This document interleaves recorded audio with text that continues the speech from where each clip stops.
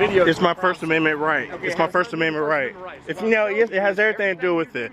I don't want to hear it anymore. What crime have I committed? What crime? Don't touch me. Don't touch me. Okay, get your hands off me. You're not listening to anything I'm telling you. Because you're wrong. Everything that you take, photographs of the crime scene, videos, is subject to subpoena. All right, what crime have I committed? Okay, I'm not telling you committed a crime. I'm explaining you're not free to go. You are about to see the actions, the crazy actions of the Charlotte-Mecklenburg Police Department as they approach a man who has a video camera, treating that guy like he's a criminal, saying that they don't suspect him of committing a crime, but hey, here's why we need to violate your Fourth Amendment right to be secure in your person. Roll the tape. It's my First Amendment right. It's my First Amendment right. If you know, it has everything to do with it. I don't want to hear it anymore. All right, it's not your choice. So what I'm telling you, I've told you this before. You're not free to go, man. What crime have I committed? Stay right here. What crime? Don't touch me. Don't touch me. Okay, get your hands off me. You're not listening to anything I'm telling you. Because you're wrong. I want to show you something. This is hands-on. Let me get myself out of the way here. This is a hands-on situation. Look at this. Hands off me. Look at this. We have the hands-on video. What do you think would happen to you if you grabbed a cop like this cop is grabbing the cameraman?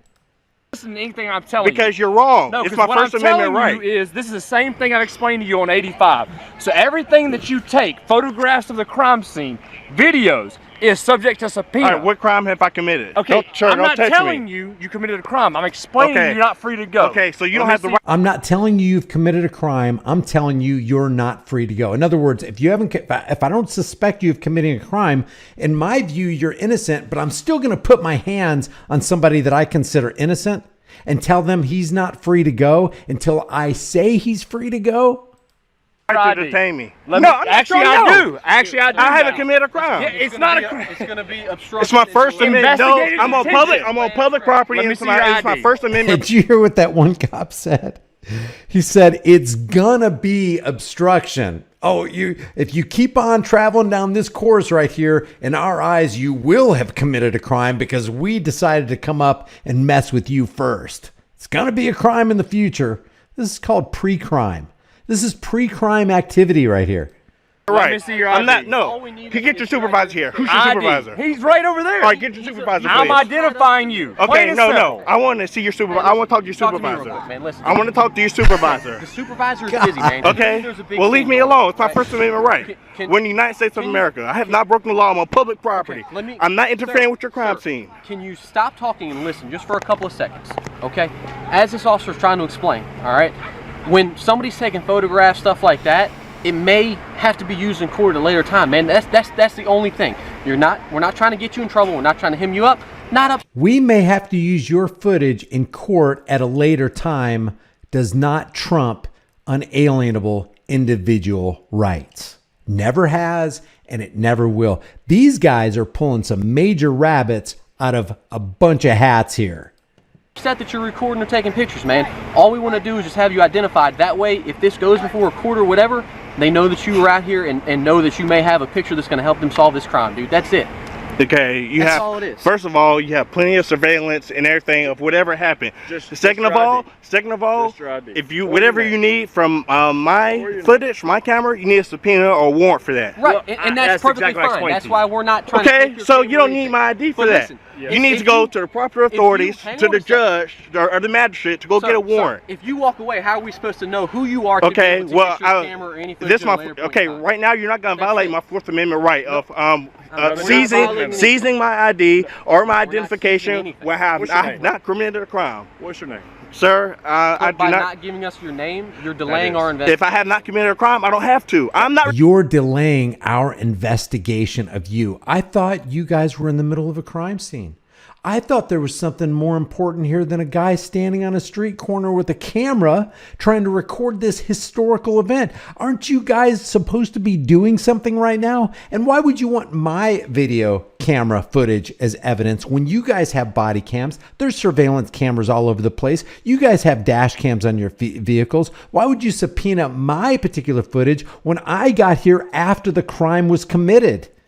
These cops make absolutely no sense, but they don't care because all they want to do is exert their power and authority and control on another person because they don't like their activities being recorded. That's why they're all, their underwear's in a bunch right here. They don't like somebody over their shoulder recording their actions because they could do something wrong and they could get they could get in trouble, or there could be a public outcry because millions of people see what they did wrong. That's why they're mad. Required to identify myself right now. No, I'm not required to identify myself right now because I have not committed a crime. Oh my gosh. Okay. So What's your name and badge number? Right here, Officer Maddox, CMPD 6161. Okay. So because I don't appreciate you touching me. Well, I've told you several times to I'm not executing my First Amendment right. Investigative detention has nothing to do with that. So all I'm explaining to you is, you already reiterated, I just need your information. First name, last name, date of birth. Point of contact, that's it. That's it. That's all it is. That's all it is. We just want your ID. That's all it is. They try to minimize your right to be secure in your person. And when somebody's minimizing your right to be secure in your person or your ability to stand on your unalienable rights, that person is hating your unalienable rights and actually doesn't believe that you have those rights.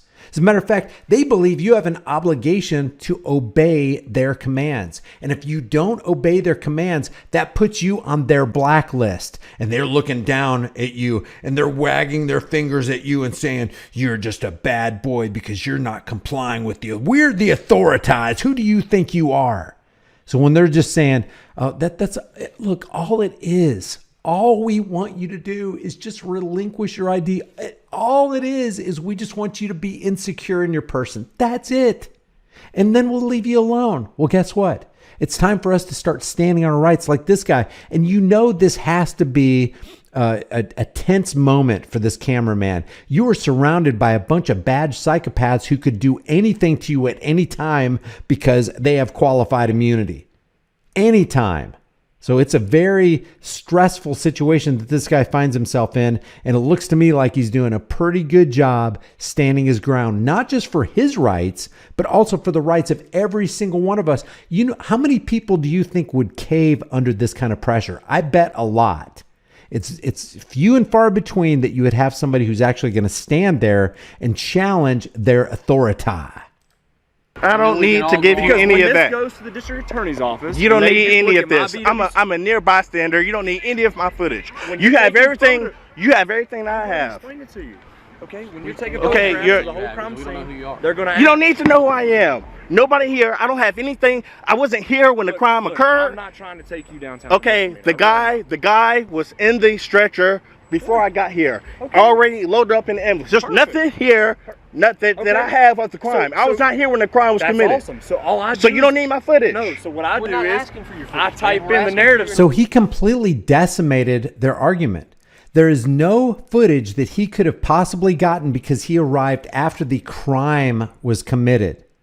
So we may have to subpoena you because a judge may want your particular my particular footage for something that happened after the crime was committed. Can you explain that? So he demolishes their argument and their justification for wanting his ID, and that's still not good enough for them. They still want him to be insecure in his person.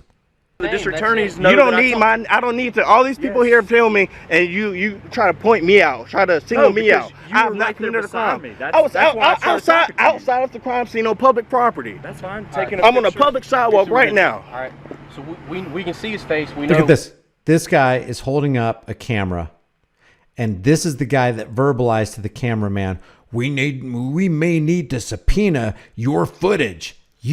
Why? You have 150 video cameras rolling on this particular location, and you need one more piece of footage to convince you of whatever you think you need to be convinced of to take care of and put to bed this criminal activity?